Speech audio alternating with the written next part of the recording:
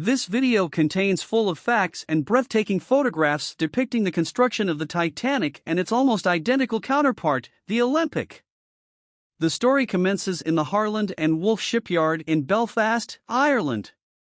This large framework, called a gantry, surrounds the ships as they are built. It supports the overhead cranes and scaffolding used by workers as they construct the Olympic and the Titanic. Notice that just beyond the far end of the gantry lies the Belfast harbour. Workers will build the Olympic here on the right, and then 9 months later, before the Olympic is finished, they will start, on the left, the Titanic. When completed, the Olympic stern, or rear end of the ship, will point toward the harbour. The ship's construction starts with its keel, seen here as a long, dark shape. The keel is the backbone of the ship and gives the ship rigidity. If we look at keel from the land side, we see the keel blocks that support it. These wooden blocks, typically pine, separate the ship from the slip, the concrete floor of the gantry. Each keel block stands about 5 feet high, so this creates a space under the ship for workers to construct the ship. Workers built the ship outward from the keel. Here they construct the Olympic's double bottom. In pink, we see the framework that separates and supports the two bottoms of the ship. The second bottom is shown in orange. It's made of steel plates and is sometimes called the tank top because the double bottom contains 44 watertight tanks.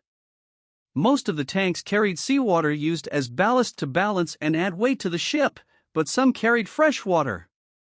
In total, the double bottom carried over 5,000 tons of water, or about 1.5 million gallons.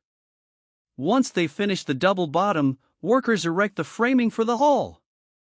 From this view we see the framing for the stern of the ship. It's what a worker would see standing on the tank top. From the fore and looking toward the aft of the ship, that's where the harbor is. Looking closer, we see the rib-like structure and the start of the transverse frame of the ship. Workers rivet to this frame the hull, which will form the skin. So far, we've watched the Olympic's construction. In the gantry, that ship sits here in the background. In the foreground lies the keel of its twin, the Titanic. Its construction began 9 months after the Olympic. We see here, attached to the keel, the framework of the Titanic's double bottom. Notice this large, claw-like mechanism lying on the ground, and these 3 hung from cranes. These are hydraulic riveters, which workers used to install most of the 3 million rivets on the Titanic. Here we see the almost complete hulls of both the Olympic and Titanic. Work inside the Olympic progresses rapidly. The staterooms are being erected and plumbing is being fitted throughout the ship. To prepare for the Olympic's launch, workers paint the ship a light gray so it will stand out in black and white photographs, although they repainted the ship black soon after its launch so that it matched previous White Star liners. To ease the slide into the water, the slip was greased with 23 tons of tallow, oil, and soap. And then the order to release the ship was given, the hydraulic triggers were released, and the ship slid into the harbor, reaching a speed of 12.5 knots. Notice that the ship is launched backwards. There are many reasons for this, but among them is that the stern, the rear, is wider than the bow, so it is more buoyant. In a mere 62 seconds after launch, the Olympic was afloat. The moment the ship hit the water is its official launch date, although it was mostly empty. Here it weighs only about 27,000 tons and so rides high in the water. The draft, the vertical distance between the bottom of the ship and the surface of the water, is only 18 feet. After it is completely fitted, it will weigh nearly twice that, 52,000 tons. With that additional weight, the Olympic will drop until the water reaches the border painted on the hull, a draft of about 34 feet. The Olympic cannot move by itself, and so a tugboat tows it to the fitting out quay where a gigantic crane loads the ship. Here the crane lifts aboard a cylindrical boiler. The final outfitting, including attaching the propellers, is done in dry dock. And then, once everything is in place, the Olympic is ready for the sea. 7 months after this launch, the Titanic was launched. I have a few photos of that event, but keep in mind the Olympic got the big press because it was first. The Titanic only becomes of more interest in retrospect. This photograph shows the twins, the Olympic and Titanic. Although built side by side, this was the last time they were photographed together. Less than a year after the launch of these two giant ships, one suffered a collision that ripped a gaping hole in its side. That ship was, of course, the Olympic.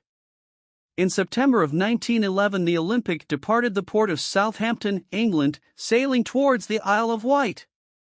The Olympic turned into the Solent Strait and passed a British warship, the HMS Hawke. The Hawke's commander was surprised by the Olympic's wide turn, but he managed to take a safe position behind and to the right of the Olympic. The Hawke then increased its speed to pass the Olympic, but the Olympic's wake sucked the Hawke inward rapidly. The Hawke tore a large hole in the Olympic. And below its waterline, the damage was even greater. The bow of the Hawke was completely smashed in. The Olympic limped back to Southampton, where the holes were temporarily patched with wood, before returning to its home dock in Belfast for repairs. The Olympic's sibling also suffered a traumatic blow that caused it to tragically sink. I'm of course talking about the Britannic. The Britannic was the same size and very similar to the Olympic and Titanic. Although intended to be a passenger liner, the ship was drafted into military service in World War I as a hospital ship. While in the Mediterranean, it hit a mine or was struck by a torpedo, and sank in less than an hour. Despite these accidents, the Olympic-class ships were great feats of design and workmanship. Just consider the propulsion system of the Titanic. The ship had two sets of reciprocating engines. These engines were fueled by coal, which was stored along the bottom of the ship. Exhaust gases from the boiler discharged through these smokestacks, which are frequently called funnels. Now, they don't look like funnels until you look at them the right way. They're upside-down funnels. This cross-section of the Olympic shows the boilers sitting atop the double bottom. Exhaust from the boilers is funneled up and out of the ship.